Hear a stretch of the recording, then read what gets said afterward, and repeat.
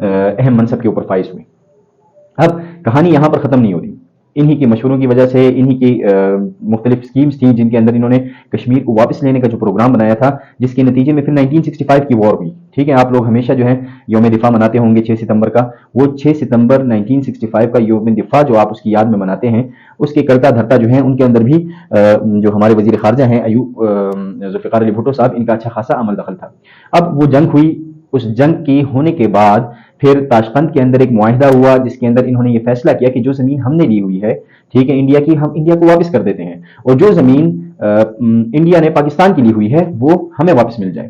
ٹھیک ہے، اور اس کے بارے میں ذوالفقار علی بھٹو صاحب جو ہیں ان کی رائے کچھ اتنی زیادہ اچھی نہیں تھی، کیونکہ اس تاشقند کے معاہدے کے اندر ہوا یہ اصل میں کہ کشمیر کے بارے میں پھر کوئی ڈسکشن ہی نہیں ہوئی، جس کی وجہ سے یہ ساری جنگ ہوئی، جس کی وجہ سے یہ سارا مسئلہ کریٹ ہوا۔ اس کے بارے میں کوئی چیز جب نہیں آئی تو ذوالفقار علی بھٹو صاحب کے اور ایوب خان صاحب کے پھر آپس میں تعلقات جو ہیں وہ خراب ہو گئے، اور جب ان دونوں کے تعلقات آپس میں خراب ہو گئے، ٹھیک ہے، تو اس کے بعد 1967 انہوں نے ریزائن کر دیا، اور ریزائن کرنے کے بعد 1967 کے اندر انہوں نے پیپلز پارٹی کی بنیاد رکھی۔ ٹھیک ہے، پیپلز پارٹی کی بنیاد جب انہوں نے رکھی تو یہ ویسے بھی سوشلزم خیالات کے تھے حامی، اور اس کے بعد انہوں نے ایوب خان صاحب کی اپوزیشن جو ہے وہ شروع کی، اور ایک زبردست قسم کی انہوں نے اپوزیشن کی، جس کی وجہ سے ایوب خان کو پھر حکومت سے ریزائن کرنا پڑا، اور یحییٰ خان جو ہے وہ ان کی جگہ جو ہے صدر بنے۔ پھر یحییٰ خان کے دور کے اندر 1970 کے اندر یحییٰ خان کے دور کے اندر آپ کے الیکشنز ہوئے، جن کو پاکستان کی تاریخ کے اندر سب سے فیئر اینڈ فری الیکشن کہا جاتا ہے۔ اب یہ الیکشنز جب 1970 کے ہوئے تو اس کا رزلٹ کیا نکلا؟ اب اس کا رزلٹ اتنا زبردست قسم کا نکلا کہ پاکستان دو حصوں میں تھا۔ ٹھیک ہے، ایک آپ کے پاس یہ پاکستان ہے، ٹھیک ہے، اس کو ویسٹ پاکستان کہا جاتا ہے، جو کہ ابھی کا پاکستان ہے۔ بیچ میں آپ کے پاس یہ سارا انڈیا ہے، اور یہاں پر آپ کے پاس ایسٹ میں جو آپ جس کو اب بنگلہ دیش کہتے ہیں، یہ پہلے پاکستان کا حصہ تھا جس کو ایسٹ پاکستان کہا جاتا تھا۔ اب ایسٹ پاکستان کے اندر جو آبادی ہے وہ ویسٹ پاکستان کی نسبت زیادہ تھی، ٹھیک ہے، اور ایسٹ پاکستان کے اندر جو سیاسی پارٹی عروج کے اوپر تھی وہ تھی عوامی لیگ، ٹھیک ہے، شیخ مجیب الرحمان صاحب کی، اور شیخ مجیب الرحمان صاحب نے اس الیکشن کے اندر مکمل طرح سے اس کے اندر جو ہے پوری میجورٹی لی، اور یہاں پر جو سیٹس تھیں، ٹھیک ہے، وہ ذوالفقار علی بھٹو نے میجورٹی لی اس کے اندر، لیکن اوور آل جو پاکستان کے اندر سیٹس بن رہی تھیں، ٹھیک ہے، اس کے اندر جو کلیئر میجورٹی تھی وہ عوامی لیگ کی تھی۔ تو اب ہونا یہ چاہیے تھا کہ حکومت جو ہے وہ شیخ مجیب الرحمان صاحب کو دی جاتی، لیکن ذوالفقار علی بھٹو صاحب اس چیز کے اوپر راضی نہ تھے، نہ ذوالفقار علی بھٹو صاحب راضی تھے، نہ اس وقت کی جو اسٹیبلشمنٹ تھی وہ اس چیز کے اوپر راضی تھی۔ جس طرح کہ آج کل کے الیکشن 2024 کے اندر الیکشن ہوئے، اس کے اندر اگر ریگنگ کو نظر انداز کر دیا جائے اور دیکھا جائے کہ جو پاپولر ووٹ ہے، ٹھیک ہے، وہ کس کو ملا ہے، تو اس حساب سے پی ٹی آئی کی حکومت آنی چاہیے تھی، لیکن پی ٹی آئی کی حکومت جو ہے اسے نہیں آنے دیا گیا، اور حکومت جو ہے وہ پی ایم ایل این اور پیپلز پارٹی جو ہے انہوں نے آپس میں بانٹ لی، ٹھیک ہے۔ تو اسی طرح کے سسٹم وہ یہ 1970s کے اندر جو ہے وہ بھی چل رہا تھا، اور اس وقت کی اسٹیبلشمنٹ آپ کے جو ایسٹ پاکستان ہے ان کو ان کے وہ رائٹس نہیں دے رہی تھی حکومت کرنے کے، اور شیخ مجیب الرحمان جو ہے ان کو یحییٰ خان صاحب نے جیل میں ڈال دیا، ٹھیک ہے۔ اب جیل میں ڈال دیا اور اس کے بعد جو ہے حالات اور زیادہ بگڑ گئے، ٹھیک ہے، حالات کو پھر وہ سنبھال نہیں پا رہے تھے، تو آخر کار انہوں نے، چونکہ یحییٰ خان بھی صدر تھے، تو انہوں نے اپنا یہ صدارتی جو عہدہ ہے یہ چھوڑ دیا، اور حکومت جو ہے یہ ویسٹ پاکستان کی ذوالفقار علی بھٹو صاحب کو دے دی، ٹھیک ہے۔ اور یہ کب ہوا؟ یہ 20 دسمبر 1971 کو ہوا، 20 دسمبر 1971 کو، ٹھیک ہے۔ اب 20 دسمبر 1971 تک جو ہے آپ کا یہ جو پارٹ ہے یہ پاکستان سے الگ ہو چکا تھا۔ اس کے پیچھے بہت ساری اور بھی کہانیاں ہیں، ٹھیک ہے، بہت سارے واقعات ایسے ہوئے جس کی وجہ سے وہ لوگ مجبور ہوئے کہ انہوں نے ایک دنگے فساد والی صورتحال اپنا لی، ٹھیک ہے، یہاں سے جو ہے وہ فوجی بھیجے گئے تقریباً 45,000 کے لگ بھگ، ٹھیک ہے، اور ان لوگوں نے وہاں پر ایسی زیادتیاں کی، فسادات کیے، جس کی وجہ سے وہ لوگ مجبور ہوئے کہ وہ انڈیا سے ہیلپ مانگے، یا انڈیا نے جو ہے ان کی ہیلپ کی، ٹھیک ہے، اور آپ کے جو فوجی ہیں یا جو سرکاری عملہ ہے آپ کا لگ بھگ تقریباً 93,000 کے قریب وہ پھر یرغمال ہوا وہاں پر، انہوں نے ہتھیار ڈال لیے، اور پھر بھٹو صاحب جو ہیں جب ان کی حکومت ان کے حوالے کی گئی تو پاکستان کے ساتھ بہت سارے مسئلے مسائل تھے اس وقت۔ آج کل پاکستان جس صورتحال سے گزر رہا ہے تو یہ شاید اتنے برے حالات نہیں ہیں جتنے کہ 1970 کے اندر تھے، ٹھیک ہے۔ Financially Pakistan was at better position, Pakistan کی جو فائنینشیل پوزیشن تھی یہ اتنی زیادہ بری نہیں تھی جتنی کہ آج کل کے دور کے اندر ہے، لیکن اس زمانے کے اندر بھی یہ ایک بہت بڑا چیلنج تھا کہ آپ کا ایک ملک اتنا بڑا حصہ تقریباً 55% آبادی جس کی جو ہے مور دین 50% آپ سے الگ ہو جائے، ٹھیک ہے۔ ایک یہ مصیبت تھی پاکستان کے لیے۔ دوسری مصیبت جو بہت بڑی تھی وہ یہ تھی کہ ویسٹ پاکستان کے پاس بہت سارا جو ہے اکنامک بینیفٹس آپ کے ایسٹ پاکستان سے آتے تھے، اب پاکستان ان سے بھی محروم ہو گیا۔ تیسرا مسئلہ پاکستان کے ساتھ یہ تھا کہ اب ذوالفقار علی بھٹو کے دور کے اندر کہ یہ جو یہاں سے فوجی بھیجے گئے تھے یا جو سرکاری لوگ تھے، ٹھیک ہے، وہاں پر جو بھی آفیسرز تھے ویسٹ پاکستان کے، انہوں نے ہتھیار ڈال دیے تھے، وہ انڈیا کی قید کے اندر تھے۔ اب پرزنرز آف وار جو ہیں ان کو چھڑانا جو ہے یہ ایک اور مسئلہ تھا۔ تو ایسی سچویشن کے اندر ذوالفقار علی بھٹو نے اقتدار سنبھالا، لیکن جب انہوں نے اقتدار سنبھالا تو یہ چیز ان کے فیور میں تھی کہ اس وقت جتنے بھی اختیارات تھے، جتنی بھی اتھارٹی تھی، پاور تھی، یہ ان کے پاس مکمل طور کے اوپر تھی، کیونکہ یہ پہلے سویلین مارشل لا ایڈمنسٹریٹر کے طور کے اوپر آئی تھی، ٹھیک ہے، سویلین مارشل لا ایڈمنسٹریٹر۔ اب آپ کہیں گے کہ یہ مارشل لا ایڈمنسٹریٹر کے طور کے اوپر کیسے آئے تھے؟ یہ تھے تو سویلین، لیکن ان سے پہلے جو حکومت تھی وہ یحییٰ خان صاحب کی تھی۔ اب یحییٰ خان صاحب کے پاس جو پوسٹ تھی، انہوں نے وہی پوسٹ جو ہے وہ ذوالفقار علی بھٹو صاحب کو دے دی۔ اب جب ان کو وہ پوسٹ دے دی تو یہ سویلین تھے اور وہ مارشل لا ایڈمنسٹریٹر تھے، تو یہ ان کی پوسٹ کے اوپر جب آئے تو اس لیے ان کو سویلین مارشل لا ایڈمنسٹریٹر کے طور کے اوپر یاد کیا جاتا ہے، ٹھیک ہے، اور صدر کا جو عہدہ ہے وہ ان کے پاس تھا۔ اب انہوں نے اس مشکل حالات کے اندر، جس تناظر کے اندر جو چیزیں کی، ان کا ہم آہستہ آہستہ جو ہے وہ ریویو کریں گے کہ کیسے انہوں نے ملک کو سنبھالا، کیسے انہوں نے اس ملک کو ٹرانسفارم کرنے کی کوشش کی، ٹھیک ہے، یہ ساری چیزیں ہم اس کے اندر پڑھیں گے اور آہستہ آہستہ ہم اس کو آگے لے کر چلیں گے۔ تو سب سے پہلا کام جو انہوں نے کیا، اب جب آپ کے پاس اقتدار آ جاتا ہے، ٹھیک ہے، آپ کو جب چیزیں سنبھالنی ہے تو آپ کے پاس ایک ٹیم ہونی چاہیے، اور آپ کے پاس ایسی ٹیم ہونی چاہیے جو کہ آپ کے خلاف نہ جا سکتی ہو، جو بالکل آپ کا ہولڈ ان کے اوپر ہو۔ تو جو ایڈمنسٹریٹو عملہ یہاں پر پہلے سے تھا، جو بیوروکریسی یہاں پر تھی، تو ذوالفقار علی بھٹو صاحب نے یہ کیا کہ بدعنوانی کے الزام کے اندر یا کسی بھی اور کرپشن کے کیسز کے اندر انہوں نے 300 سے زائد، ٹھیک ہے، 300 سے زائد جو ہیں سرکاری افسران جو ہیں ان کو معطل کر دیا، ان کو سسپینڈ کر دیا، اس کے بعد ٹرمینیٹ کر دیا، ٹھیک ہے، ان کی جو اتھارٹی تھی وہ ختم ہو گئی، ان کو گھر بھیج دیا، اور اس کے بعد اپنی ایک کابینہ بھی بنائی، اس کے بعد اپنے جو ہیں وہ آفیسرز بھی لائے تاکہ جو چیزیں یہ کرنا چاہتے ہیں ان کو صحیح طرح سے یہ امپلیمنٹ کر سکیں۔ اب ان ساری مشکل حالات کو بھی سنبھالنا تھا، آئندہ کے لیے ایک لائحہ عمل بھی دینا تھا، اور ان ساری چیزوں کے لیے ان کے لیے جو چیزیں ضروری تھی وہ یہ آہستہ آہستہ کرنے لگے تھے، ٹھیک ہے۔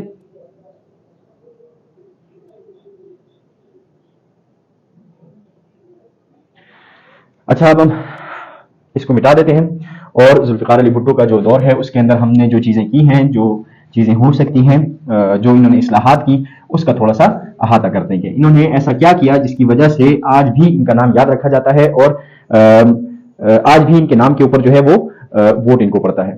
تو پوری کابینہ بنانے کے بعد، اپنا ایک پراپر سیٹ اپ کرنے کے بعد، انہوں نے کچھ اصلاحات کرنے کی جو ہے وہ اٹھانی۔ اب وہ اصلاحات کیا ہیں، ٹھیک ہے، اب ایوب خان، وہ اصلاحات جاننے کے لیے آپ لوگوں کو یہ بھی ضروری ہے جاننا کہ ایوب خان نے بھی ایک اصلاحات کی تھیں، اور ان اصلاحات کے نتیجے میں پاکستان جو ہے وہ کافی تیزی سے اوپر جا رہا تھا۔ اب ان کی جو اکنامک ریفارمز تھی، ٹھیک ہے، وہ تو ہمارے چیپٹر کا حصہ نہیں ہے، لیکن آہستہ آہستہ تھوڑا بہت ہم اس کا بھی ہنٹ جو ہے آپ کو اس میں دے دیں گے۔ اور اس کے بعد جب ذوالفقار علی بھٹو صاحب نے اصلاحات کی، ٹھیک ہے، تو وہ اصلاحات کیا تھی؟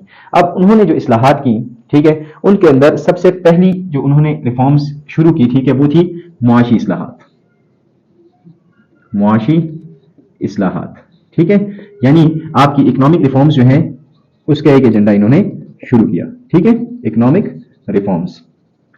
اب ان معاشی اصلاحات کے اندر انہوں نے جو سب سے زیادہ فائدہ دیا وہ ایک عام آدمی کو دیا، ٹھیک ہے، انہوں نے اس سوچ کے تحت یہ اصلاحات کی کہ ایک عام آدمی جو ہے اس کو یہ فائدہ کیسے پہنچایا جا سکتا ہے، ٹھیک ہے۔ تو یہ ساری معاشی اصلاحات جو ہیں یہ اصل میں کس کے بینیفٹ کے لیے ہیں، ٹھیک ہے، یہ آپ کی عام آدمی کے مفاد کی چیزیں ہیں، ٹھیک ہے۔ تو اگر آپ سے یہ سوال آ جاتا ہے کہ معاشی اصلاحات جو ہیں ان کا فائدہ کیا ہوا یا نقصان کیا ہوا، تو اس کا بیسیکلی جو فائدہ ہے وہ ایک عام آدمی کو ہوا۔ پاکستان کے اندر جتنی آبادی اس وقت تھی، ٹھیک ہے، اس کے اندر جو پسا ہوا طبقہ تھا، جو غریب طبقہ تھا، جو لوور کلاس تھی، اس کو اس کا سب سے زیادہ فائدہ ہوا۔ وہ فائدہ کیسے ہوا؟ سب سے پہلا کام جو انہوں نے کیا، ٹھیک ہے، انہوں نے سبسڈی شروع کی، ٹھیک ہے، انہوں نے اس کے نتیجے میں جو پہلا کام کیا وہ کیا تھا؟ سبسڈی۔ اب سبسڈی کیا چیز ہے؟ سبسڈی وہ رعایت ہے جو کہ عام آدمی کو حکومت دیتی ہے۔ اب ایک چیز کی قیمت جو ہے وہ لیٹ سپوز آپ کے پاس 3000 روپے ہے، ٹھیک ہے، آپ یوریا لینے جاتے ہیں، آپ گندم لینے جاتے ہیں، یا کوئی بھی چیز لینے جاتے ہیں جو عام آدمی کے استعمال کی چیز ہے، اور اس کی قیمت جو ہے وہ آپ کے پاس 3000 روپیز ہے، ٹھیک ہے۔ تو حکومت کیا کرتی ہے؟ حکومت کہتی ہے کہ آپ نے اس کو 2000 روپے کے اندر عام آدمی کو دینا ہے، ٹھیک ہے۔ اب 2000 کے اندر جب آپ اس کو عام آدمی کو دیتے ہیں تو یہ جو 1000 کا جو سرپلس اماؤنٹ ہے، ٹھیک ہے، یہ جو اماؤنٹ ہے یہ حکومت پے کرتی ہے، اور جب حکومت اس کو پے کرتی ہے تو اس کو سبسڈی کہتے ہیں۔ اسی طرح اگر آپ کا بل جو ہے اس کی قیمت بنتی ہے تقریباً پر یونٹ آپ کے پاس 30 روپیز بنتی ہے اور حکومت آپ سے چارج کرتی ہے 20 روپیز. تو یہ جو باقی کا 10 روپیز کا ڈفرینس ہے پر یونٹ، یہ ڈفرینس حکومت پے کرتی ہے اور اس کو سبسڈی کہتے ہیں. اب انہوں نے یہ سبسڈی صرف اور صرف جو ہے وہ اشیاء خورد و نوش کی چیزوں کے اندر نہیں دی، یعنی عام جو استعمال کی چیزیں ہیں، جو عام آدمی استعمال کرتا ہے، دالیں ہیں، چاول ہیں، جو کچھ ہے، صرف اس کے اندر انہوں نے یہ سبسڈی نہیں دی، بلکہ اس کے علاوہ انہوں نے زراعت کے شعبے کے اندر جو چیزیں ہیں، ٹھیک ہے، اس کے اندر بھی یہ سبسڈی دی. جیسے کہ زراعت کے اندر کیا چیزیں استعمال ہو سکتی ہیں؟ بیج استعمال ہو سکتا ہے، انہوں نے بیج کے اندر سبسڈی دی. ٹھیک ہے، جب کسان کو بیج سستا ملے گا تو اس کا مطلب ہے کہ وہ زیادہ ایریا کے اوپر اس کی کلٹیویشن کر سکے گا، زیادہ ایریا کو جو ہے وہ آباد کر سکے گا. ٹھیک ہے، جب اس کو سستا بیج ملے گا. اس کے علاوہ یہ بیج کے علاوہ انہوں نے ایک اور کام یہ کیا کہ کھادیں جو آپ کے پاس ہیں، ٹھیک ہے، ان کھادوں کے اوپر انہوں نے سبسڈی دی. اب اس کے ساتھ ساتھ ٹریکٹرز جو ہیں، جن کے ذریعے جو ہے آپ یہ اپنا زراعت جو ہے وہ چلا سکتے ہیں، بہتر طریقے سے جو ہے وہ فصل کاشت کر سکتے ہیں. ٹھیک ہے، تو ٹریکٹر کی قیمتوں کے اندر بھی انہوں نے یہ فیسلٹی آپ کو پرووائڈ کر دی.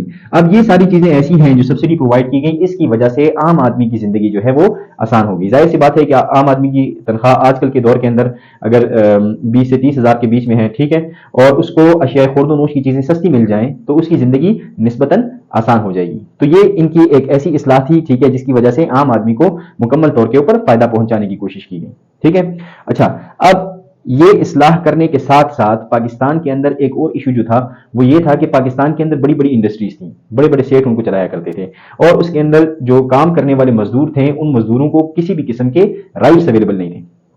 تو چونکہ سوشلزم کے جو ہیں اس کے بڑے فیور میں تھے ذوالفقار علی بھٹو صاحب، ٹھیک ہے، تو اس حوالے سے انہوں نے اس عام آدمی کی زندگی کے اندر فرق ڈالنے کی کوشش کی. اور وہ فرق کیسے آیا؟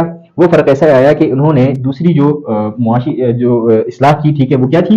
انہوں نے لیبر ریفارمز کی. ٹھیک ہے، لیبر اصلاحات، ٹھیک ہے، مزدوروں کے لیے انہوں نے اصلاحات کی. اب وہ اصلاحات انہوں نے کیا کی جو مزدوروں کے لیے تھی؟ وہ اصلاحات انہوں نے یہ کی کہ مزدوروں کو پہلے کوئی ایسے رائٹس نہیں ملا کرتے تھے، چاہے کوئی ان سے 12 گھنٹے کام لے، چاہے 14 گھنٹے لے، 18 گھنٹے لے، اور ان کو تنخواہیں نہ دیں بے شک، ٹھیک ہے، یا اتنی تنخواہ دیں کہ صرف اس سے زندہ رہ سکیں.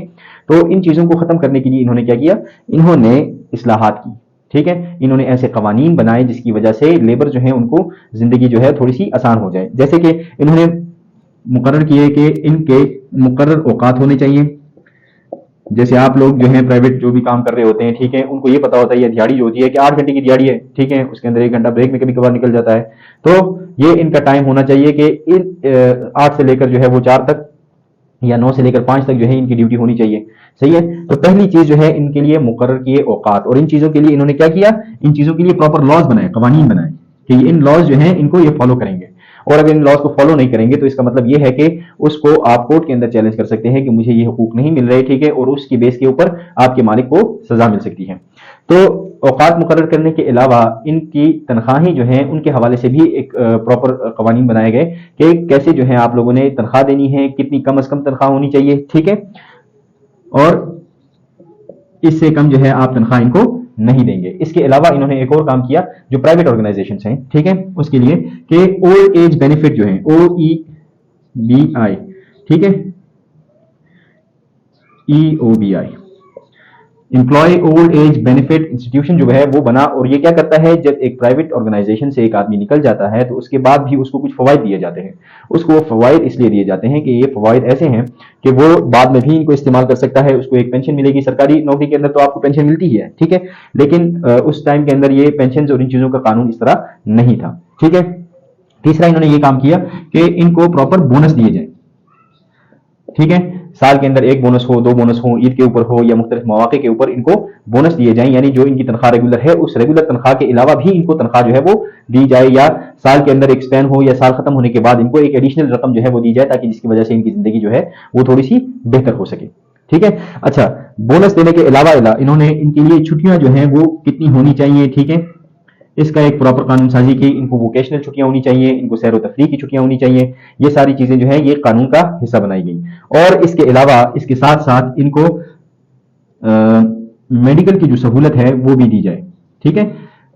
میڈیکل کی سہولت یہ ہے کہ جو شخص آپ کے ساتھ جو ہے وہ کام کر رہا ہے، اگر اس کو دوران ملازمت جو ہے کوئی ایسا واقعہ پیش آ جاتا ہے جس کی وجہ سے اس کی صحت خراب ہوتی ہے، تو اس کا ذمہ وار جو ہے وہ ادارہ ہوگا، وہ انسٹیٹیوشن ہوگا یا وہ آرگنائزیشن ہوگی جو جس کے اندر وہ شخص کام کر رہا ہے، کیونکہ وہ جب آپ کو کام پرووائڈ کر رہا ہے تو آپ کی بھی یہ ذمہ داری بنتی ہے کہ آپ بھی اس کو اسی طرح سے بیک کریں، ٹھیک ہے، اور اس کی وہ ہیلپ کریں، مالی امداد کریں. یہ نہیں کہ آپ نے کسی کو استعمال کیا اور اس کے بعد پھینک دیا جب آپ کی ضرورت نہیں رہی.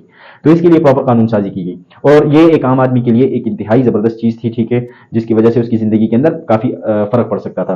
اب یہ وہ ایسی چیزیں ہیں، ٹھیک ہے، جو کہ آپ کی جو پرائیویٹ آرگنائزیشنز کے اندر کام کر رہے تھے، ٹھیک ہے، اس کے اندر کام آ سکتی تھی. لیکن اس کے ساتھ ساتھ انہوں نے کچھ اور چیزیں جو ہیں جس طرح سرکاری ملازمت جو کرتے ہیں ان کے لیے بھی قوانین مقرر کر دیے، ٹھیک ہے. سرکاری ملازمت جو کر رہے تھے ان کے لیے بھی کچھ قوانین مقرر کر دیے، ٹھیک ہے، ان کے لیے بھی کچھ لاز بنائے، ان کی بھی مقرر اوقات ہونے چاہیے، تنخواہیں ہونی چاہیے، بونس ہونی چاہیے، ان کی پینشن جو ہے وہ اگر ہوتی ہے تو اس کے بعد جب اگر وہ ملازم وفات پا جاتا ہے تو اس کی جو بیوہ ہے اس کو بھی پینشن ملنی چاہیے، ٹھیک ہے، جو بیوہ ہے اس کو بھی پینشن ملنی چاہیے. یہ قانون جو ہے یہ بھٹو صاحب جو ہے اپنے دور کے اندر لے آئے. اور اگر اس کے بعد وہ خاتون جو ہے وہ فوت ہوتی ہیں یا ان کی جو اولاد ہے اس اولاد کے اندر بھی نابالغ لوگ ہیں یا ان کی اولاد کے اندر پھر جو ہے کوئی بیوائیں ہیں، ٹھیک ہے، تو ان کو بھی جو ہے وہ پینشن کی سہولت جو ہے وہ پرووائڈ کی جائے. اس کے علاوہ جو جن کی تنخواہیں کم ہیں، ٹھیک ہے، کم تنخواہ والے جو ملازمین ہیں ان کے بچوں کی جو ایجوکیشن ہے، تعلیم ہے، اس کے اوپر بھی اچھا خاصا کام کیا گیا کہ ان کی تعلیم جو ہے وہ مفت ہوگی اور ان کو وہ ساری فیسلٹیز پرووائڈ ہوں گی تاکہ وہ ایک معاشرے کا ایک اچھا فرد جو ہے وہ بن سکیں، ٹھیک ہے. صنعتیں جو ہیں، صنعتی اصلاحات. اب صنعت سے کیا مراد ہے؟ صنعت سے مراد ہے کہ آپ لوگوں کی ایک فیکٹری ہے، اس فیکٹری جو ہے اس طرح کی بہت ساری اور فیکٹریاں ہیں، ان ساری فیکٹریوں کو ایک ہی امبریلا کے اندر ایک ہی چھت تلے جب دیکھا جاتا ہے، ٹھیک ہے، تو اس کو ایک صنعت کہا جاتا ہے. جیسا کہ مختلف فیکٹریاں ہیں، ٹھیک ہے، لوہے کی کارخانے ہیں مختلف جگہوں کے اوپر، ان ساری کارخانوں کو اگر ہم ایک ہی لفظ کے اندر دیکھیں گے تو ہم اسے کہیں گے کہ یہ لوہے کی صنعت ہے، ٹھیک ہے. اسی طرح چمڑے کا اگر مختلف فیکٹریاں ہیں، ان ساری فیکٹریوں کو اگر ہم ایک ساتھ جو ہے وہ ان کو بیان کریں گے تو ہم کہیں گے کہ یہ چمڑے کی صنعت ہے. تو انہوں نے صنعتوں کے حوالے سے کچھ اصلاحات کی، اور وہ اصلاحات کیا تھی؟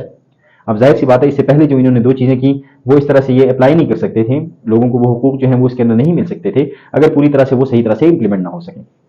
تو انہوں نے کیا کیا؟ انہوں نے کہا کہ اس صنعتوں کے حوالے سے بھی کچھ اصلاحات ہونے چاہیے. اب انہوں نے وہ اصلاحات کیا کی؟ انہوں نے کیا کیا کہ شروع کے اندر تقریباً 22 کارخانے، ٹھیک ہے، 22 صنعتیں، اس کے بعد جو ہیں 10 اور صنعتیں، ان کو نیشنلائز کر دیا. نیشنلائز، ٹھیک ہے، یعنی ان کا قومیانہ ہو گیا. اب یہ صنعت جو کہ ایک شخص کی تھی، جیسے ایک فضل الرحمان ہے، ٹھیک ہے، اس کی ایک صنعت تھی لوہے کی، اب حکومت نے کیا کیا کہ یہ صنعت جو ہے یہ اب اس کی نہیں رہے گی بلکہ یہ صنعت حکومت کی رہے گی. اور حکومت کی مرضی ہے کہ لوگوں کو تنخواہ کتنی دے، اس کے اندر جو ہے وہ ملازمین کو کتنا رکھے، ملازمین جو ہے ان کو ان سے کام کتنا لے، یا اس کا جو منافع ہے وہ کتنا ہونا چاہیے، یا جتنا بھی منافع ہے وہ حکومت کو ہوگا، ٹھیک ہے. اور وہ شخص جو ہے اس سے یہ چیز چھین لی گئی. اب یہ چیز جب چھین لی گئی، اس کے اندر کافی ساری صنعتیں تھیں، ٹھیک ہے، خاص طور کے اوپر لوہے کی جو صنعتیں ہیں، فولاد کی مختلف صنعتیں ہیں، ٹریکٹر کے پرزے بنانے والی صنعتیں ہیں.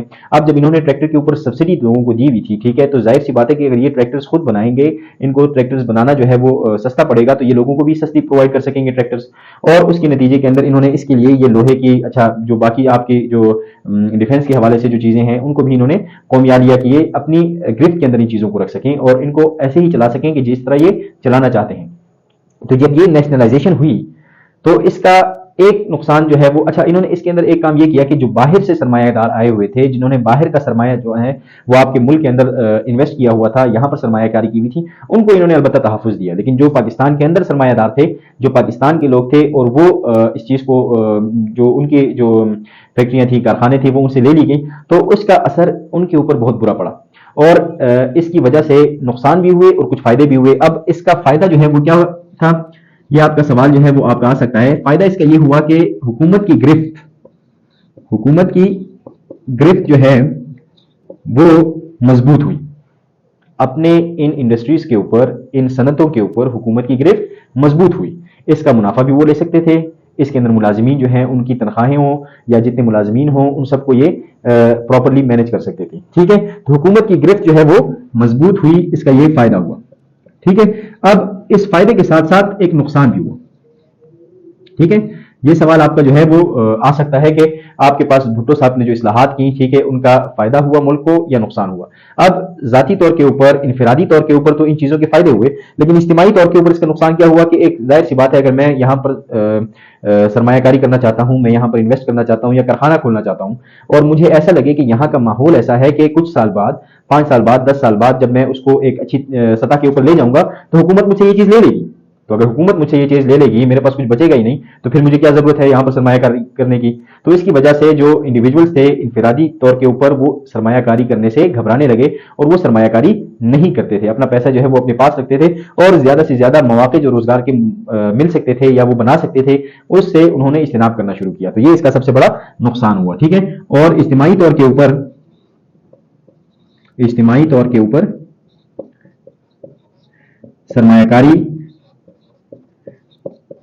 کم ہونے لگی. ٹھیک ہے. صنعتوں کے حوالے سے جو سرمایہ کاری ہے وہ کم ہونے لگی، اور یہ اس کا سب سے بڑا نقصان تھا. اور اس کی وجہ سے ظاہر سی بات ہے کہ جب نئی فیکٹری لگتی ہے تو اس نئی فیکٹری کے اندر کافی سارے ملازمین جو ہیں ان کو کام کے مواقع ملتے ہیں، آپ کی صنعت چلتی ہے، آپ را مٹیریل باہر سے منگواتے ہیں، یہاں سے فائن مٹیریل بنتا ہے، اس کو باہر ایکسپورٹ بھی کر سکتے ہیں، اور باہر ایکسپورٹ کرنے کے نتیجے کے اندر آپ کو اور ڈالرز مل سکتے ہیں، جس کی وجہ سے پاکستان کی جو اجتماعی معاشی حالت ہے وہ بہتر ہو سکتی تھی.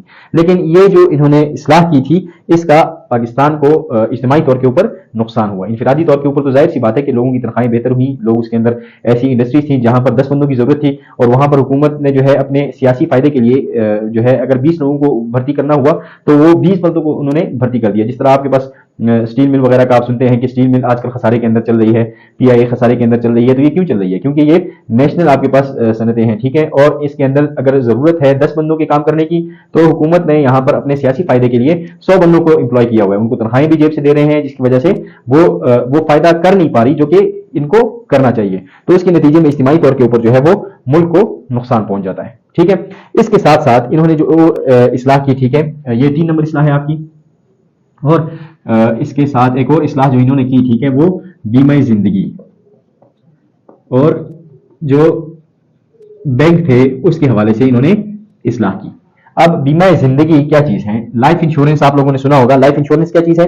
لائف انشورنس یہ ہے کہ ایک آرگنائزیشن ہے، ایک کمپنی ہے، اور وہ آپ سے کہتی ہے کہ آپ نے سال میں مجھے 1 لاکھ روپے دینے ہیں، آپ نے اگلے 20 سالوں تک مجھے ہر سال 1 لاکھ روپے دیتے جانا ہے، اور اگر اس دوران آپ کی ڈیتھ ہو جاتی ہے کسی ایکسیڈنٹ کے اندر تو میں آپ کے خاندان والوں کو 50 لاکھ دوں گا، یا میں آپ کے خاندان والوں کو 1 کروڑ دوں گا. اس طرح کی مختلف پالیسیز ہو سکتی ہیں. ٹھیک ہے. تو اس کو بیمہ زندگی کہتے ہیں کہ یعنی اگر آپ ان کو قسطوں کے اندر یہ پیسے دیں گے اور دوران میچورٹی سے پہلے جب اس کی وہ میعاد پوری نہیں ہوتی اور وہ ٹائم گزر جاتا ہے تو آپ کو وہ پیسے کئی گنا زیادہ کر کے وہ آپ کے خاندان کو دیں گے. ٹھیک ہے. تو اور اگر آپ کے 20 سال پورے ہو جاتے ہیں تو جو پیسے آپ ان کو دے چکے ہیں، یعنی 20 لاکھ آپ ان کو دے چکے ہیں، تو وہ 20 لاکھ روپے آپ کو واپس کر دیں گے. ٹھیک ہے. اب بیمہ زندگی جو ہے وہ یہ چیز کیسے کر سکتی ہے؟ یعنی آپ کے ذہن کے اندر یہ سوال تو آتا ہوگا کہ ظاہر سی بات ہے میں نے 1 لاکھ دیے، 20 لاکھ دیے، اور 20 لاکھ کے بدلے میں مجھے 50 لاکھ یا 1 کروڑ ملتے ہیں، تو یہ کیسے ملتے ہیں؟ تو اس کے لیے یہ چیز ہے کہ اصل میں ہوتا یہ ہے کہ اگر 100 لوگ ہیں، ٹھیک ہے، آپ کے پاس 100 لوگ ہیں اور وہ 100 لوگ جو ہیں وہ 1 لاکھ روپے دیتے ہیں، اس کا مطلب ہے کہ آپ کے پاس 1 کروڑ روپیہ جو ہے وہ سالانہ اس آرگنائزیشن جو انشورنس کی جو کمپنی ہے اس کے پاس پہنچ گیا. اب اس 1 کروڑ کو وہ کیا کہتے ہیں؟ وہ اس کو انویسٹ کر دیتے ہیں کسی اور بزنس کے اندر، اور اس بزنس سے جو پروفٹ آتا ہے، ٹھیک ہے، اس پروفٹ کو وہ ایکسپونینشیل فارم کے اندر ملٹیپلائی کرتے جاتے ہیں، اس کو اور جگہ پہ انویسٹ کرتے ہیں، اس کو اور جگہ پہ انویسٹ کرتے ہیں، اور اس طرح مسلسل انویسٹمنٹ کے بعد اس کے جو پروفٹس آتے ہیں، اس کے جو بینیفٹس آتے ہیں، وہ بینیفٹس اس کمپنی کو اور زیادہ امیر بناتے جاتے ہیں. ٹھیک ہے. تو وہ جو انیشیل سرمایہ ہے وہ آپ لوگوں سے اکٹھا کیا جاتا ہے. تو ظاہر سی بات ہے کہ ایکسیڈنٹس کے دور کے اندر یا جو انہوں نے پالیسیز بنائی ہوتی ہیں، تو اگر 100 لوگ ہیں تو یہ لازمی نہیں ہے کہ 100 لوگ کے اندر جو ہیں وہ 100 کے 100 جو ہیں ان کو ایکسیڈنٹس ہو جائیں گے اور ان کو پے بیک کرنا پڑے گا. ٹھیک ہے.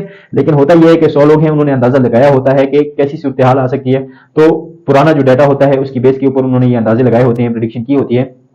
ٹھیک ہے. تو اسی حوالے سے انہوں نے یہ پریمیمز رکھے ہوتے ہیں. تو وہ یہ کرتے ہیں کہ ان پیسوں کو وہ انویسٹ کرنے کے بعد جب پروفٹ آتا ہے اور اگر کسی کا ایکسیڈنٹ ہو چکا ہے، ٹھیک ہے، اور ان کو پے کرنا ہے، تو وہ اس پروفٹ میں سے ان کو پے بیک کر دیتے ہیں اور اپنی یہ جو آرگنائزیشن ہے اس کو آہستہ آہستہ ملٹیپلائی کرتے جاتے ہیں. اور دوسری چیز آپ کے پاس بینک ہے. اب بینک کیا کرتی ہے؟ بینک ایک ایسا ادارہ ہے کہ جس کے پاس زیادہ پیسے ہیں اور اسے پتہ نہیں ہے ان پیسوں کے ساتھ اس نے کیا کرنا ہے، تو وہ اپنے ان اضافی پیسوں کو بینک کے اندر رکھ دیتا ہے. اور بینک کیا کرتی ہے؟ جس کے پاس پیسے نہیں ہیں لیکن اس کے پاس آئیڈیاز ہیں کہ میں نے ایک کاروبار چلانا ہے، ٹھیک ہے، تو وہ ان لوگوں کو وہ پیسہ لینڈ کر دیتی ہے، ان کو قرض دے دیتی ہے انٹرسٹ کے اوپر، ٹھیک ہے. تو جس کے پاس پیسہ تھا اس نے بینک کو دیا، جس کے پاس پیسہ نہیں تھا بینک نے اس کو دیا، اور اس نے آگے سے اس کے اوپر کاروبار کیا اور بینک نے اس کے اوپر اس سے انٹرسٹ لیا، ٹھیک ہے. اب بھٹو صاحب نے یہ کیا کہ بینک اور بیمے زندگی جو ہے ان دونوں چیزوں کو بھی نیشنلائز کر دیا. انشورنس کی جتنی بھی کمپنیاں تھیں ان سب کو اسٹیٹ لائف انشورنس جو ہے، ٹھیک ہے، اسٹیٹ لائف آپ لوگوں نے نام سنا ہوگا، اس کے اندر کر دیا، ٹھیک ہے. اور اسٹیٹ لائف انشورنس جو ہے اس ایک کارپوریشن کے اندر یہ ساری جو کمپنیاں تھیں ان کو حکومت نے اپنے قبضے میں لے لیا، اور اسی طرح جتنے بھی بینک تھے پرائیویٹ بینک ان سب کو اسٹیٹ بینک جو ہے اس کی تحویل میں دے دیا، ٹھیک ہے. اور اس کا بھی نقصان یہ ہوا کہ اجتماعی طور کے اوپر جو سرمایہ کاری تھی آپ کی کم ہونے لگی. ظاہر سی بات ہے کہ آپ وہ محنت پھر نہیں کریں گے جب آپ کو ذاتی طور کے اوپر فائدہ نہیں ملے گا، ٹھیک ہے. تو اس کا اجتماعی طور کے اوپر ملک کو نقصان ہونا شروع ہوا. اچھا، اب اس کے علاوہ جو انہوں نے ایک اور اصلاح کی وہ آپ کے پاس تھی تعلیم میں. ایک اور اصلاح جو انہوں نے کی وہ کیا تھی؟ تعلیمی اصلاحات انہوں نے کی، ٹھیک ہے، تعلیمی اصلاحات. اب تعلیمی اصلاحات انہوں نے کیا کیا کی؟ انہوں نے کیا کیا کہ آپ کے پاس اسکولز ہیں، کالجز ہیں، یونیورسٹیز ہیں، ٹھیک ہے. ان یونیورسٹیز، ان اسکولوں کے اندر اور ان کالجز کے اندر تعلیم حاصل کرنا جو ہے کافی مہنگا پڑتا ہے ایک عام آدمی کے لیے. تو اس نے یہ عام آدمی کو فائدہ پہنچانے کے لیے کیا کیا کہ ان کو بھی نیشنلائز کر دیا. یعنی اسکول بھی سرکاری ہوگا، کالج بھی سرکاری ہوگا اور یونیورسٹیز بھی سرکاری ہوں گی. تو اس صورتحال کے اندر ایک عام آدمی کو فائدہ ہوا، ٹھیک ہے. سرکاری اسکول، کالج اور یونیورسٹیز، ٹھیک ہے.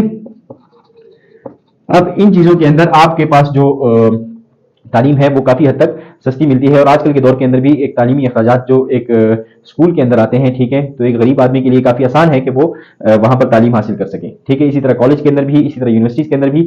لیکن بھٹو صاحب نے غلطی یہاں پر یہ کی، یا انہوں نے ایک ایسا کام کیا جس کی وجہ سے وہ پوری طرح سے تعلیمی جو فوائد تھے وہ ایک لوگوں کو پہنچ نہیں سکے، ٹھیک ہے. انہوں نے یہ غلطی یہ کی کہ انہوں نے تمام کے تمام تعلیمی ادارے جو ہیں ان کو نیشنلائز نہیں کیا، ان کو سرکاری طور کے اوپر سرکاری تحویل میں نہیں دیا، بلکہ جس طرح کی بڑی بڑی انسٹیٹیوشنز ہیں، ٹھیک ہے، بیکن ہاؤس ہو گیا، ٹھیک ہے، فروبیلز ہو گئے، یا یہ انسٹیٹیوشنز انہوں نے ایسے ہی رہنے دیے، ٹھیک ہے، پرائیویٹ ہی رہنے دیے، اور کچھ جو تعلیمی ادارے تھے ان کو انہوں نے سرکاری کر دیا. تو اب اس کی وجہ سے فرق یہ آیا کہ جو امیر اور غریب ہیں، ٹھیک ہے، امیر اور غریب، ان کا جو طبقاتی فرق ہے وہ اس کی وجہ سے بڑھ گیا. یعنی ظاہر سی بات ہے غریب بچہ ہے، ٹھیک ہے، وہ سرکاری اسکول میں جائے گا، امیر بچہ ہے وہ پرائیویٹ اسکول کے اندر جائے گا، اس کو وہ چیزیں ملیں گی، وہ فوائد ملیں گے جو ایک غریب آدمی کو نہیں مل رہے. تو اس کی وجہ سے یہ فرق جو ہے وہ کافی بڑھ گیا. اور دوسرا نقصان اس کا یہ ہوا کہ سرکاری تحویل کے اندر لینے کے بعد یا سرکاری طور کے اوپر یہ اسکولز اپنے قبضے میں لینے کے بعد ان کا معیار جو ہے وہ بہت زیادہ کم ہو گیا، ٹھیک ہے. جو تعلیمی معیار ہے سرکاری اداروں کا اس کے اندر کمی آئی. تو غریب کا بچہ تعلیم حاصل کرنے کے بعد بھی اس معیار کی تعلیم نہیں حاصل کر پاتا تھا جو کہ ایک پرائیویٹ آرگنائزیشن کے اندر یا پرائیویٹ اسکول کالج کے اندر اس کو دی جاتی تھی، ٹھیک ہے. کیونکہ اس کے اندر بھرتیاں اس لحاظ سے نہیں ہوتی، پروسیس سلو ہوتا تھا. اب ایک اسکول کے اندر اگر 30 ٹیچرز کی ضرورت ہے، ٹھیک ہے، اور اس کا جو پروسیس ہے وہ اتنا لینتھی ہے کہ وہ 30 ٹیچرز پورے ہونے کے اندر 4 5 6 سال لگ جاتے ہیں. تو جب وہ 4 5 6 سال لگیں گے تو اس دوران بچوں کی تعلیم کا کافی ضیاع جو ہے وہ ہو چکا ہوگا، ٹھیک ہے. دوسرا نقصان اس کا یہ ہوا کہ ایک کلاس کے اندر اگر ایک کیپیسٹی ہے، ایک ٹیچر پڑھا سکتا ہے 40 اسٹوڈنٹس کو، 40 اسٹوڈنٹس کو، ٹھیک ہے، اس کی کلاس کے اندر 100 بچے بیٹھے ہوئے ہیں، تو وہ ان کے اوپر وہ توجہ نہیں دے سکتا جو کہ اسے دینی چاہیے یا جو ان بچوں کا حق ہے جو ان کو ملنی چاہیے. تو یہ چیزیں جو ہے انہوں نے مجموعی طور کے اوپر تعلیمی معیار جو ہے اس کو کم کر دیا، ٹھیک ہے. اور اس کے علاوہ جو انہوں نے اصلاحات کی، ٹھیک ہے، وہ تھی زرعی اصلاحات، ٹھیک ہے. زراعت کے شعبے کے اندر انہوں نے کچھ اور اصلاحات کی. زرعی اصلاحات یعنی جو زراعت ہے، جب آپ جو پاکستان کی بیک بون سمجھی جاتی ہے، ٹھیک ہے، جو پاکستان جس کی وجہ سے مضبوط ہوتا ہے، اس کے اندر بھی انہوں نے کچھ اصلاحات کی. اب اس کے اندر انہوں نے کیا کیا، ایک شخص ہے، ایک جاگیردار ہے، اس کے پاس ہزاروں ایکڑ زمین ہے، ٹھیک ہے. تو انہوں نے یہ پابندی لگائی کہ یہ ہزاروں ایکڑ زمین وہ اپنے پاس نہیں رکھ سکتا، ٹھیک ہے. 2 قسم کی زمینیں ہوتی ہیں، ٹھیک ہے. ایک ہوتی ہے نہری زمین، یعنی یہ ایک ایسی زمین ہے کہ جس کے اندر پراپرلی صحیح طریقے سے آپ پاشی کر سکتے ہیں، پانی دے سکتے ہیں، ٹھیک ہے.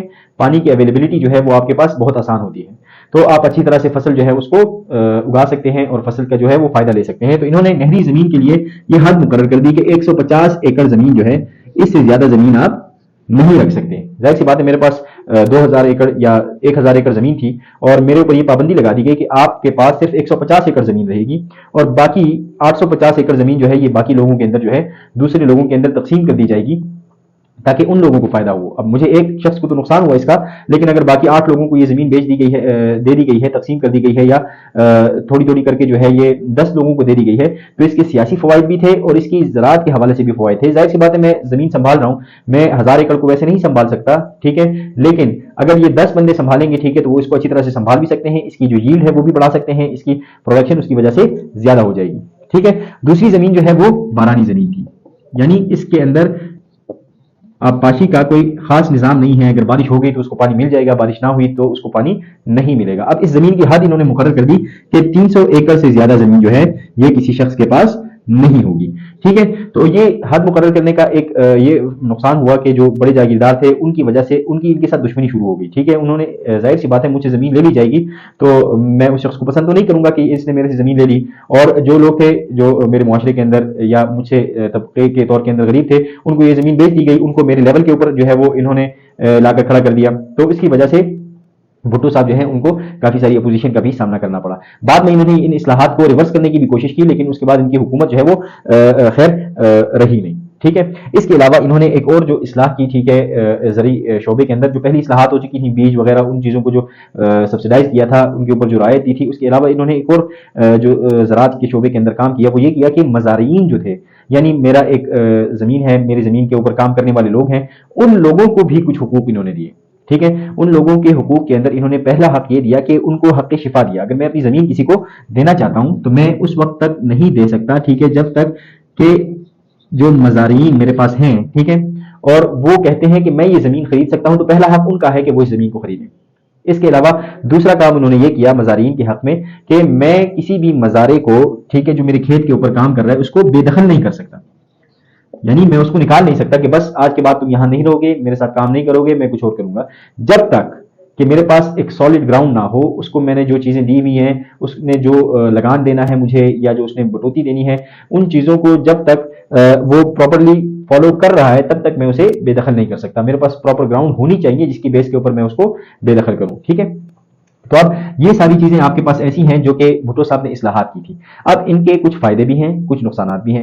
آپ لوگوں سے یہ سوال آ سکتا ہے، ٹھیک ہے، جو اسٹوڈنٹ لرننگ آؤٹ کم کی طور کے اوپر جو سوالات آتے ہیں تو وہ اس طرح نہیں آتے کہ آپ کو پورے کا پورا یہ دے دیا جائے کہ آپ جو معاشی اصلاحات ہوئی ہیں، ٹھیک ہے، یا جو اصلاحات ہوئی ہیں بھٹو کے دور کے اندر ان سب کو بیان کریں. بلکہ آپ کو یہ سوال آ سکتا ہے کہ بھٹو صاحب نے جو اصلاحات کی ان کا فائدہ ہوا یا نقصان ہوا، یا اگر فائدہ ہوا تو کیا فائدے ہوئے، ان کے نقصانات کیا ہوئے.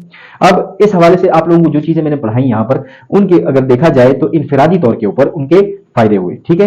آپ کے پاس جتنی چیزیں ہم نے یہاں پر کی، ٹھیک ہے، انفرادی طور کے اوپر اس کے فائدے ہمیں موصول ہوئے کہ ایک فرد ہے اس کا ذاتی طور کے اوپر فائدہ ہوا. ظاہر سی بات ہے ایک شخص ہے اور اس کو تعلیم مل رہی ہے، اس کو صحت مل رہی ہے، اس کو اچھی تنخواہ مل رہی ہے، اس کو روزگار کے مواقع مل رہے ہیں، تو یہ ساری جو ہیں یہ آپ کے پاس ذاتی فوائد جو ہیں وہ مل رہے ہیں. ان کے فائدے کیا ہوئے؟ ان اصلاحات کے فائدے جو ہیں ایک عام آدمی کی زندگی کے اندر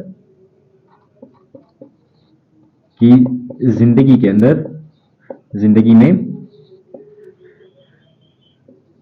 ٹھہراؤ بھی آیا اور معاشی استحکام بھی آیا.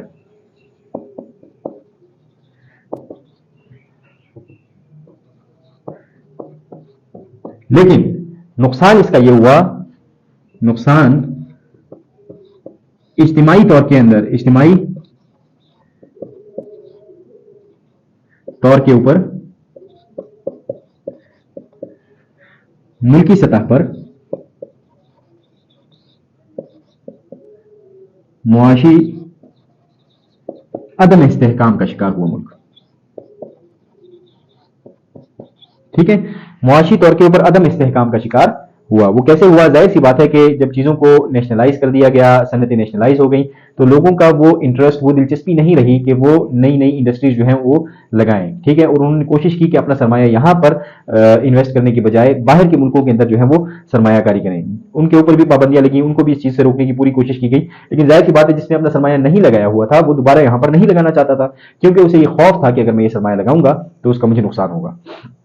اس کے بعد جو باقی چیپٹرز ہیں، جو باقی چیپٹر کا باقی حصہ ہے وہ بھی ہم آہستہ آہستہ کریں گے، ٹھیک ہے؟ اور تب تک کے لیے اللہ حافظ، اور ملیں گے اگلے ایپیسوڈ کے اندر۔ اچھا، اس سے پہلے ہم ذکر کر چکے ہیں کہ بہت ساری اصلاحات جو ہیں وہ ذوالفقار علی بھٹو صاحب لے کر آئے، ٹھیک ہے؟ اور ان اصلاحات کے کچھ فائدے بھی تھے، زیادہ تر فائدے جو ہیں انفرادی طور کے اوپر عام آدمی کے لیے وہ انتہائی مفید ثابت ہوئے، لیکن اجتماعی طور کے اوپر، ملک کے حالات کے اوپر، ملک کی معاشی صورتحال کے اوپر اس کے اثرات جو ہیں وہ منفی تھے، ٹھیک ہے؟ لیکن ذوالفقار علی بھٹو صاحب کو جس چیز کے لیے یاد کیا جاتا ہے، یا جس کی وجہ سے آج بھی ان کا نام لیوا موجود ہے اور ان کے نام کے اوپر اقتدار جو ہے وہ بار بار ملتا ہے لوگوں کو، جیسے کہ 2 مرتبہ ان کی بیٹی جو ہے وہ وزیر اعظم پاکستان بنی، بے نظیر بھٹو صاحبہ، اس کے بعد آصف علی زرداری صاحب جو ہیں ان کے داماد ہیں، ٹھیک ہے؟ وہ اقتدار کے اندر آئے اور صدر بنے، اور اب دوبارہ سے صدارتی امیدوار ہیں، ٹھیک ہے؟ اسی طرح ذوالفقار علی بھٹو صاحب کے نواسے جو ہیں بلاول بھٹو زرداری صاحب، وہ بھی آئندہ چند سالوں کے اندر جو ہیں وہ ضرور جو ہے وہ وزیر اعظم کے عہدے کے اوپر ہوں گے، جس طرح کے حالات چل رہے ہیں، ٹھیک ہے؟ لیکن ذوالفقار علی بھٹو صاحب کی وہ چیز جس کی وجہ سے آج بھی ان کو یاد کیا جاتا ہے، یا جو انہوں نے پاکستان کے لیے جو کام کیے، ان کے اندر جو سب سے زیادہ پرائیورٹی بیسڈ چیز ہے وہ ہے 1973 کا آئین۔ اب آئین ایک ایسی چیز ہے، ایک ایسا دستور، ٹھیک ہے، ایک ایسا ڈاکومنٹ یا دستاویز جس کی وجہ سے، جس کے بیس کے اوپر آپ ملکی چیزوں کو چلاتے ہیں، ٹھیک ہے؟ ملکی امور جتنے بھی ہیں ان کو چلانے کے لیے جو قوانین ہیں جس کے بیس کے اوپر وہ چلتے ہیں ان کو آئین کہا جاتا ہے۔ اب 1973 سے پہلے بھی 2 مرتبہ آئین بن چکے ہیں، لیکن ان دونوں میں سے، ان آئین میں سے کوئی بھی آئین ایسا نہیں تھا جو یونینیمسلی پورے کے پورے سیاسی پارٹیوں کو منظور ہو، ٹھیک ہے؟ کیونکہ وہ ڈکٹیٹرشپ ایوب خان صاحب کے زمانے میں یا بنا، یا اس سے پہلے جو ہے وہ سکندر مرزا صاحب نے جو بنایا، ٹھیک ہے؟ اس کے اندر تمام سیاسی جماعتوں کا مشورہ اس کے اندر شامل نہیں تھا، تمام سیاسی جماعتیں جو ہیں وہ اس کے اندر آن بورڈ نہیں تھیں، جس کی وجہ سے وہ آگے چل نہیں پایا، اور اس کے اندر بہت سارے فلاز تھے۔ لیکن 1973 کا آئین جو ہے، اس کو تمام جتنی بھی سیاسی پارٹیاں اس وقت تھیں پاکستان کے اندر، ان سب پارٹیوں نے منظور کیا، قبول کیا، اور اس کو آگے چلا رہے ہیں، اور آج تک اسی آئین کی بیس کے اوپر پاکستان جو ہے وہ چل رہا ہے۔ تقریباً 50-51 سال ہو گئے ہیں، ٹھیک ہے؟ 50 سال ہو گئے ہیں کہ یہ آئین جو ہے وہ وجود میں آیا ہے، ٹھیک ہے؟ اور اس کو جو شروع کیا گیا، جب سے اس کو منظور کیا گیا، تو تب سے جب اس کے اوپر عمل درآمد شروع ہوا تو وہ شروع ہوا ہے 14 اگست 1973 کے اندر، ٹھیک ہے؟ 1973 کے اندر 14 اگست 1973 کے اندر اس کو لاگو کیا گیا۔ اب اس آئین کی ایسی کون سی خاص باتیں ہیں، ٹھیک ہے، جس کی وجہ سے یہ جو ہے پچھلے آئین سے زیادہ بہتر تھا؟ ایک چیز کے اندر یہ ہے کہ یہ ایک وفاقی آئین ہے۔ وفاقی آئین کا مطلب یہ ہے کہ پاکستان جو ہے ایک وفاق ہے، ایک فیڈریشن ہے، جس کے اندر باقی صوبے آتے ہیں، ٹھیک ہے؟ 4 صوبے ہیں پاکستان کے بیسیکلی، ٹھیک ہے؟ ایک KPK جس کو پہلے NWFP کہا جاتا تھا، پنجاب، سندھ اور بلوچستان، یہ 4 صوبے ہیں پاکستان کے، اور اس کے علاوہ وفاق ہے، ٹھیک ہے، اسلام آباد، اور اس کے ساتھ ساتھ شمالی علاقہ جات جو ہیں، ٹھیک ہے، ناردرن ایریا جو ہیں آپ کے، وہ اس کے اندر شامل ہیں۔ اب ایسے قوانین ہوں گے جس کی وجہ سے وفاق جو ہے وہ ان ساری اپنی جو بازو ہیں ان سب کو اکٹھا رکھے ہوئے ہے، ٹھیک ہے؟ صوبوں کو بھی اختیارات حاصل ہیں، اس طرح نہیں ہے کہ صوبے جو ہیں وہ بالکل بے اختیار ہیں، ان کو بھی کافی سارے اختیارات دیے گئے ہیں جس کے اندر وہ اپنے صوبائی انتظامات جو ہیں وہ چلا سکتے ہیں، لیکن یہ ایک یونٹ کے طور کے اوپر کام کریں گے، ٹھیک ہے؟ اچھا، دوسری چیز جو اس کے اندر بہت اہم ہے وہ یہ ہے کہ یہ ایک تحریری آئین ہے۔ اس سے پہلے والے 2 آئین جو تھے وہ بھی تحریری تھے، لیکن دنیا کے اندر ایسے آئین موجود ہیں جو تحریری شکل کے اندر نہیں موجود، ٹھیک ہے؟ اچھا، وہ صرف زبانی آئین ہے۔ اب تحریری آئین ہے یہ، اور اس کی دفعات جو ہیں وہ 280 ہیں، ٹھیک ہے؟ یعنی 280 پوائنٹس ہیں اس کے۔ اب 280 پوائنٹس کوئی بھی کہے گا کہ 280 پوائنٹس تو 4-5 پیجوں کے اندر آ جائیں گے، لیکن 280 پوائنٹس کو جب ہم اپنے آئین کی کتاب کو دیکھتے ہیں تو وہ اتنی موٹی کتاب ہوتی ہے۔ اب وہ اتنی موٹی کتاب کیسے بن گئی؟ اب اس طرح وہ بنی کیونکہ ہر ایک دفعے کے اندر پھر ذیلی شکیں ہیں، ٹھیک ہے؟ اور ذیلی شک کے اندر اور شکیں ہیں، جس طرح ہمارے پاس بہت مشہور جو شک ہے، ٹھیک ہے، وہ یہ ہے 58(2)B۔ تو آرٹیکل نمبر 58 ہے، 58 کے اندر پھر اور آرٹیکلز ہیں، ٹھیک ہے، 1 2 3 4۔ اب 58 آرٹیکل کے اندر 2 آرٹیکل ہے، اس 2 جو اس کی سب آرٹیکل ہے، اس سب آرٹیکل کے اندر پھر اور سب آرٹیکل ہیں ABC کی صورت کے اندر۔ تو اس طرح ہر آرٹیکل کی فردر ایکسپلینیشن جو ہوتی ہے، ٹھیک ہے، تو اس کو ایکسپینڈ کر دیتی ہے اور اس کو بہت زیادہ وسیع کر دیتی ہے، ٹھیک ہے؟ اچھا، یہ ہے پارلیمانی آئین۔ پارلیمانی آئین کا مطلب یہ ہے کہ اس کے اندر طاقت کا سرچشمہ جو ہے وہ وزیر اعظم ہوگا، پارلیمنٹ ہوگا۔ ہمارے جو ارکان اسمبلی کے اندر جاتے ہیں، پارلیمنٹ کے اندر جاتے ہیں، ان ارکان کو اختیار ہوگا اور ان کے پاس طاقت ہوگی۔ اس کے اندر جو اختیارات ہیں وہ پرائم منسٹر کے پاس ہوتے ہیں، صدر کے پاس نہیں ہوتے، ٹھیک ہے؟ پارلیمانی آئین اس قسم کا ہوتا ہے۔ پھر اس کے اندر ہے، ٹھیک ہے، کہ یہ 2 ایوانی مقننہ ہے، ٹھیک ہے؟ یعنی قانون ساز اسمبلی جو ہمارے پاس ہے اس کے اندر 2 ایوان ہوں گے۔ کون کون سے 2 ایوان ہوں گے؟ ایک آپ کے پاس ہوگی نیشنل اسمبلی اور ایک آپ کے پاس ہوگی سینٹ۔ نیشنل اسمبلی کو ایوان ذیلی بھی کہا جاتا ہے، جس کو انگلش میں لوور ہاؤس کہتے ہیں، اور سینٹ کو ایوان بالا کہا جاتا ہے، جس کو انگلش میں اپر ہاؤس کہتے ہیں۔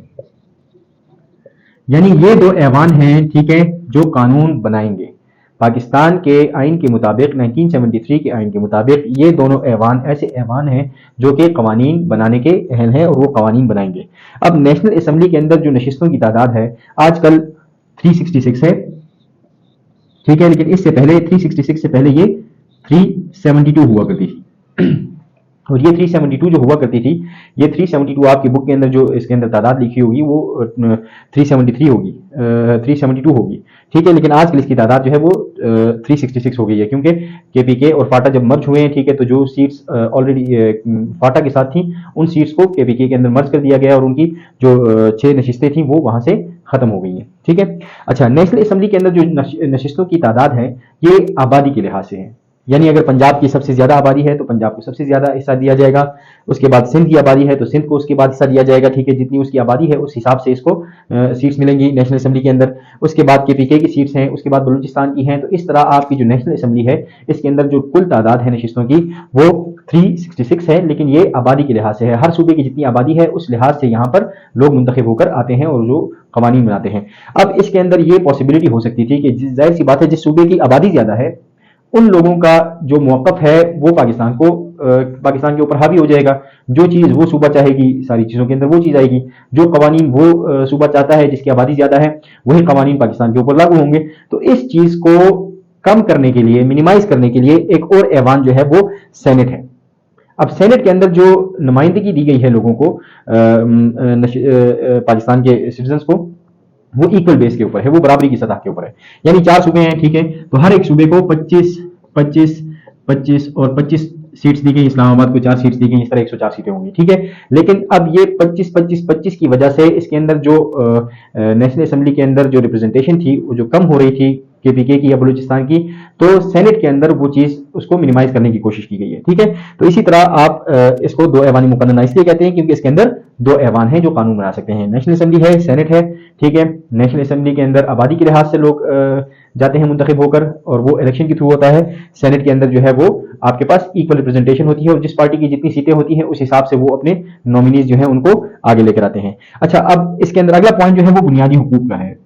یہ آئین جو ہے یہ باور کراتا ہے کہ ہر ایک شہری کو اس کے بنیادی حقوق جو ہیں وہ ملیں اور کوئی بھی ایسا قانون جو ہے وہ نہ بننے پائے جو کہ ایک شہری کے بنیادی حقوق کو سلب کرتا ہو یا ان کو ختم کرتا ہو، ٹھیک ہے۔ تو اس آئین کے اندر بنیادی حقوق کے بارے میں بات کی گئی۔ ویسے تو اگر آپ دیکھیں ہمارا جو آئین ہے اس کو اگر ہم دیکھیں تو ہم سمجھیں گے کہ پاکستان کا اس سے بہتر شاید آئین ہو ہی نہیں سکتا، ٹھیک ہے، اور اس کے اندر ایک عام شہری کو وہ حقوق حاصل ہیں کہ شاید اور کسی جگہ کے اوپر اس کو وہ حقوق حاصل نہ ہو پائیں، لیکن مسئلہ ہمارے پاس یہ آتا ہے کہ ہمارے پاس لکھی پڑی چیزیں تو بہت ساری ہیں لیکن ان کو امپلیمنٹ پھر آگے ویسے نہیں کیا جاتا۔ بنیادی حقوق جس طرح صحت ہے، تعلیم ہے، ٹھیک ہے، باقی جو ضروریات ہیں، اشیاء خورد و نوش کی قیمتیں ہیں، ان کا نہ بڑھنا وغیرہ، یہ ساری چیزیں ہمارے قوانین کا حصہ ہیں لیکن ان کے اوپر ویسے عمل درآمد نہیں ہوتا۔ اگر عمل درآمد بھی ویسے شروع ہو جائے جس طرح کہ ہم نے یہ اپنے آئین کے اندر، اپنی قانون کی کتابوں کے اندر اور باقی کتابوں کے اندر لکھا ہوا ہے، تو پتہ نہیں ہمارا ملک جو ہے وہ کہاں سے کہاں تک پہنچ جائے گا۔ اچھا، اب اسی جو ہم نے آئین بنایا ہوا ہے اس کے اندر مسئلے مسائل پیش آ سکتے ہیں۔ ہم نے ایک آرٹیکل بنایا ہوا ہے کہ یہ قانون ایسے بنے گا، اب کچھ عرصے کے بعد ہمیں پتہ چلتا ہے کہ یہ قانون ایسے بن نہیں سکتا یا اس کے اندر یہ مسئلے مسائل ہیں، تو اب اس قانون کو چینج کرنے کا طریقہ کار بھی ہونا چاہیے۔ تو اس آئین کے اندر ہمارے پاس ترمیم کا بھی طریقہ کار ہے۔ ترمیم کا مطلب یہ ہوتا ہے کہ ایک چیز پہلے سے ہے اور اس چیز کے اندر کوئی امینڈمنٹ کرتے ہیں آپ، اس کے اندر کوئی تبدیلی لاتے ہیں، تو وہ تبدیلی آپ کیسے لا سکتے ہیں۔ اب تبدیلی لانے کا طریقہ کار یہ ہے کہ آپ کے پاس جب 2/3 اکثریت ہوگی، ٹھیک ہے، اور 2/3 اکثریت جب ووٹ دے گی کسی بل کو پاس کرنے کے لیے تو وہ بل منظور ہو جائے گا اور وہ قانون کا حصہ بن جائے گا۔ لیٹ سپوز آپ کے پاس 300 لوگ ہیں، ٹھیک ہے، اسمبلی کے اندر، اور 300 کے اندر جو ہے 200 لوگ ایک قانون کو منظور کروانے کے لیے ووٹنگ کرتے ہیں کہ یہ ہمارا قانون ایسے ہونا چاہیے، ٹھیک ہے، تو وہ قانون بن جائے گا اور وہ آئین کا حصہ بن جائے گا اس کے بعد سے، ٹھیک ہے۔ اچھا، اور ہمارے پاس کافی ساری ترامیم ہو چکی ہیں، بھٹو صاحب کی اپنی زندگی کے اندر ہی میرا خیال ہے 7 یا 8 ترامیم جو ہیں وہ کر چکے تھے، اور آج کل جو ہے وہ تقریباً 24 ترامیم اس کے بعد ہو چکی ہیں ٹوٹل، جس کو ہم اگر ڈیٹیل کے اندر پڑھنے کا موقع ملا تو ضرور پھر بعد میں پڑھیں گے۔ اچھا، 7ویں چیز جو ہے اس کے اندر یہ ہے کہ آزاد عدلیہ۔ جتنے بھی آپ کے پاس صوبے ہیں ان ساری صوبوں کے اندر ہائی کورٹس ہوں گے، ٹھیک ہے، پاکستان کے اندر ایک سپریم کورٹ ہوگا جو ان کو اوپر سے چلائے گا، ٹھیک ہے، مانیٹر کرے گا، اور یہ عدلیہ آزاد ہوگی اپنے فیصلوں کے اندر۔ اور اسی آئین کے اندر ہمارے پاس یہ طریقہ کار بھی ہے کہ کیسے ان کی تقرریاں کرنی چاہیے ججوں کی، اور کیسے ان ججوں کو برخاست کیا جا سکتا ہے۔ اب آپ سوچیں گے کہ کیسے کوئی جج جو ہے اس کو بھی برخاست کیا جا سکتا ہے یا نہیں کیا جا سکتا، تو بالکل کیا جا سکتا ہے۔ صدر صاحب جو ہے ان کے پاس یہ اختیار ہے کہ وہ کسی جج کو جو ہے وہ ہٹا سکتے ہیں، اور وہ ہٹائیں گے ویسے ہی نہیں کہ بس انہوں نے کہہ دیا کہ بس ہٹ جاؤ تو وہ ہٹ گئے۔ اس سے پہلے سپریم جوڈیشل کاؤنسل ہوگی، یعنی بہت سارے دوسرے ججز ہوں گے جن کی ایک کاؤنسل ہوگی، مشاورتی اجلاس ہوگا، وہ مشورہ کریں گے، پوائنٹس دیں گے کہ اس جج کو بدعنوانی کی وجہ سے، کرپشن کی وجہ سے، یا کسی اور غلط وجوہات کی وجہ سے یہ بہت مختلف چیزوں کے اندر ملوث ہے، اس کو ہٹا دیا جائے۔ اور یہ وہ مراسلہ جو ہے وہ صدر صاحب کو بھیجیں گے، اور صدر صاحب پھر وہاں سے جو ہے وہ اس کا ٹرمینیشن لیٹر جاری کر دیں گے کہ اس کو برخاست کر دیا جائے، ٹھیک ہے۔ اچھا، اس کے اندر ایک اور چیز ہمارے آئین کے اندر جو ہے وہ بلا واسطہ انتخابات ہیں، ٹھیک ہے۔ اب آپ کہیں گے کہ بلا واسطہ انتخابات کیا پہلے نہیں ہوتے تھے؟ تو ایوب خان صاحب کے زمانے میں بلا واسطہ انتخابات نہیں ہوا کرتے تھے، ٹھیک ہے۔ آپ کے پاس پہلے آپ ناظمین کو چنتے تھے، وہ ناظمین آگے پھر جو ہے آپ کے لیے آگے ممبرز جو ہے ان کو چنتے تھے۔ اب بلا واسطہ انتخابات کا مطلب یہ ہے کہ ڈائریکٹ الیکشن، ہر ایک آدمی کو یہ اختیار حاصل ہے کہ وہ ووٹ دے اور اپنا نمائندہ جو ہے وہ اسمبلی کے اندر آگے بھیج دے، اور جب وہ اسمبلی کے اندر جاتا ہے تو وہ ان لوگوں کی نمائندگی کرتا ہے اور ان لوگوں کے لیے قوانین بناتا ہے، ٹھیک ہے۔ ابھی ریسنٹلی ہمارے پاس 2024 کے اندر فروری کے اندر 8 فروری کو جو انتخابات ہوئے، ڈائریکٹ انتخابات اس طرح کے ہوتے ہیں، ٹھیک ہے۔ اور اس کے اندر قومی زبان جو ہے اس کے حوالے سے کہا گیا کہ اردو ہماری جو ہے وہ قومی زبان ہوگی۔ اب ظاہر سی بات ہے اس سے پہلے جو ہے کیا اردو نہیں تھی؟ اس سے پہلے اردو کے ساتھ ساتھ بنگالی بھی تھی، کیونکہ آپ کے پاس ایسٹ پاکستان جو ہے وہ بھی آپ کا حصہ تھا، ٹھیک ہے۔ لیکن اس کے بعد جو ہے آپ کے پاس چونکہ بنگلہ دیش الگ ملک بن گیا تو اب اس کی ضرورت باقی نہیں رہی تھی، تو اردو جو ہے اس کو پاکستان کی قومی زبان کا درجہ دیا گیا۔ اچھا، یہ ساری چیزیں تو اس کا ایک زبردست چیز ہے، لیکن اس کے علاوہ آپ کے پاس جو اسلامی قوانین ہیں ان کو بھی اس کے اندر شامل کیا گیا، اور آپ کے اس آئین کا حصہ ہے کہ حاکمیت جو ہے آپ کا جو پریمبل ہے، جو آبجیکٹو ریزولوشن ہے، ٹھیک ہے، اس کو آپ کا افتتاحیہ کے طور کے اوپر رکھا گیا، اور اس کے اندر ہے کہ حاکمیت جو ہے وہ صرف اللہ تعالیٰ کی ہے، اور انسان جو پاکستانی عوام ہے وہ جو اس ملک کو چلائیں گے، ٹھیک ہے، تو وہ بالکل اسلامی قوانین کے مطابق چلائیں گے، اور اس کے اندر جتنی بھی اسلامی شرعن جو چیزیں جائز تھیں، جو چیزیں ہونی چاہیے تھیں، وہ اس آئین کا حصہ بنائی گئیں، ٹھیک ہے۔ اور پہلی مرتبہ ایک مسلمان کی تشریح بھی کی گئی کہ ایک مسلمان ہے کون، جو اللہ تعالیٰ کو ایک مانے اور حضرت محمد صلی اللہ علیہ وسلم کو آخری پیغمبر تسلیم کرے۔ تو یہ ایک مسلمان کی ڈیفینیشن ہو گئی، اور اس ڈیفینیشن کو نہ ماننے والے جو ہیں ان کو غیر مسلم جو ہے اقلیت ڈکلیئر کر دیا گیا اس کی روح کے اندر، ٹھیک ہے۔ تو ایک ہی مرتبہ ایک ہی بار جو ہے وہ اس آئین کے اندر یہ مسئلہ سرے سے ختم کر دیا گیا کہ کون جو ہے وہ مسلمان ہے اور کون مسلمان نہیں ہے، ٹھیک ہے۔ اس کو بار بار دوبارہ اچھالا جاتا ہے، بہت سارے موقعوں کے اوپر کوشش کی جاتی ہے کہ اس کو ختم کر دیا جائے، لیکن اس کے ساتھ ساتھ ہمارے اس قانون کو یا اسلامی قوانین کو تحفظ دینے کے لیے اور بھی بہت ساری چیزیں، جیسے اسلامک جوڈیشل کونسل ہے، ٹھیک ہے، یا CII ہے آپ کے پاس، اسلامی نظریاتی کونسل جو ہے، اسلامی نظریاتی کونسل، ٹھیک ہے، اس کا قیام بھی اس کا حصہ ہے، جس کا کام یہ ہے کہ اگر کوئی قانون ایسا بن رہا ہے جو کہ اسلامی نظریات سے یا شریعت سے منافی ہے تو اس کو ایبروگیٹ کر دیا جائے یا اس کو بننے نہ دیا جائے، ٹھیک ہے۔ تو یہ ایسے اسلامی قوانین کی تشریح کرتا ہے اور ان کو آگے پھیلاتا ہے۔ تو یہ آئین جو ہے 1973 کا، یہ ایک ایسی چیز ہے جس کی وجہ سے ذوالفقار علی بھٹو صاحب کو آج بھی یاد رکھا جاتا ہے، اور اچھے الفاظ کے اندر یاد رکھا جاتا ہے، کیونکہ ان کی دین ہے یہ، اور جتنے ہمارے جو معاملات ہیں جو کافی حد تک ٹھیک جا رہے ہیں وہ اس آئین کی مرہون منت ہے، ٹھیک ہے۔ انشاءاللہ اگلے چیپٹر کے اندر ہم جو ہے وہ جنرل ضیاء الحق صاحب کا دور پڑھیں گے، کیسے ذوالفقار علی بھٹو جو ہیں ان کو حکومت سے ختم کیا گیا، اور اس کے بعد ان کو پھانسی دی گئی، اور ان کی جگہ نئی حکومت جو ہے وہ جنرل ضیاء الحق صاحب نے شروع کی۔ اچھا، اب یہ ذوالفقار علی بھٹو صاحب کا جو دور حکومت ہے یہ 1971 سے شروع ہوا اور 1977 تک چلا، ٹھیک ہے، یہ یاد رکھنے کی چیز ہے۔